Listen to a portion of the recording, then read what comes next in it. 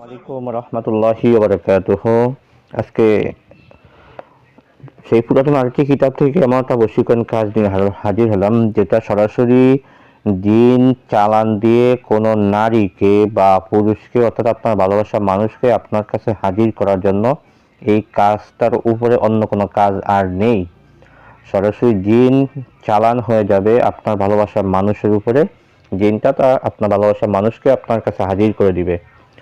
খুবই পাওয়ারফুল কাজ এবং খুব সাবধানে কাজটা করতে হবে। যারা নিজেরা করতে পারবেন না, আমাকে দিয়ে করাতে চান, তারা স্ক্রিনে ইমো নাম্বার, হোয়াটসঅ্যাপ নাম্বার দেওয়া আছে, অবশ্যই আমার সাথে যোগাযোগ করবেন।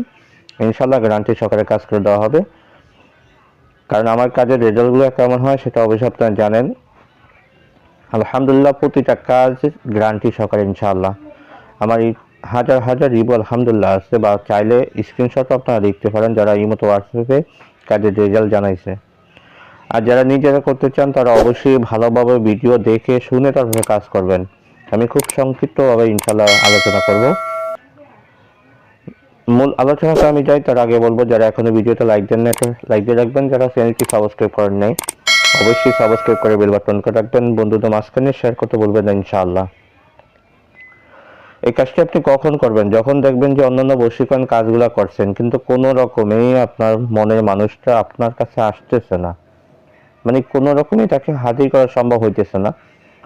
শেষ পর্যায়ে আপনি কাজটা করে ফেলেন, আপনার ভালোবাসার মানুষের উপরে জিন চালান দিয়ে দেন। আপনার ভালোবাসার মানুষকে আপনার কাছে হাজির হতে 100% বাধ্য হবে ইনশাআল্লাহ। যেখানে লেখা রয়েছে আপনার জিন চালান দিয়ে যে কোনো নারীকে 3 দিনের মধ্যে নিজের কাছে হাজির করার, এটা কিন্তু কুফরি নকশা। যে কোনো নারীকে আপনি 3 দিনের ভিতরে আপনার কাছে হাজির করতে পারবেন। যে কোনো নারীকে, নারী হোক বা পুরুষ হোক, আপনি হাজির করতে পারবেন। তো এই কাজটা করবেন কীভাবে সেই বিষয়টা আমি সরাসরি কিতাব থেকেই দিয়ে দিই। নকশাটি মেক্সিক জাফরান ও গুরুসোনা দিয়ে অঙ্কন করবে। মোট 3টা নকশা অঙ্কন করবেন। একটি নকশা কাঙ্ক্ষিত ব্যক্তির চলাফেরার রাস্তায়, মানে আপনার ভালোবাসা মানুষ যে রাস্তা দিয়ে চলাফেরা করে সেই রাস্তা দাফন করবেন। একটা নকশা আপনি গাছে ঝুলিয়ে রাখবেন, আর যেই গাছের আশেপাশে অন্য কোনো গাছ নেই। আর একটা নকশা নদীতে ভাসিয়ে দিবেন। 3 দিনের মধ্যে কাঙ্ক্ষিত ব্যক্তি যত দূরেই থাকুক না কেন পাগল হয়ে ছুটে আসতে বাধ্য হবে ইনশাল্লাহ। নকশাটির নিচনে মেয়ের নাম ও মায়ের নাম, ছেলের নাম ও তার পিতার নাম লিখতে হবে। এই নকশাটি শনিবার দুপুর 2টার সময় অঙ্কন করতে হবে। এই নিয়ম মতন আপনারা কাজটা করেন। ভাই দেখেন তো কাজের রেজাল্ট আসে কিনা। খালি বলতেছেন যে কাজের রেজাল্ট আসে না, আর আসবে না কেন? আপনি কাজ করতে জানেন না।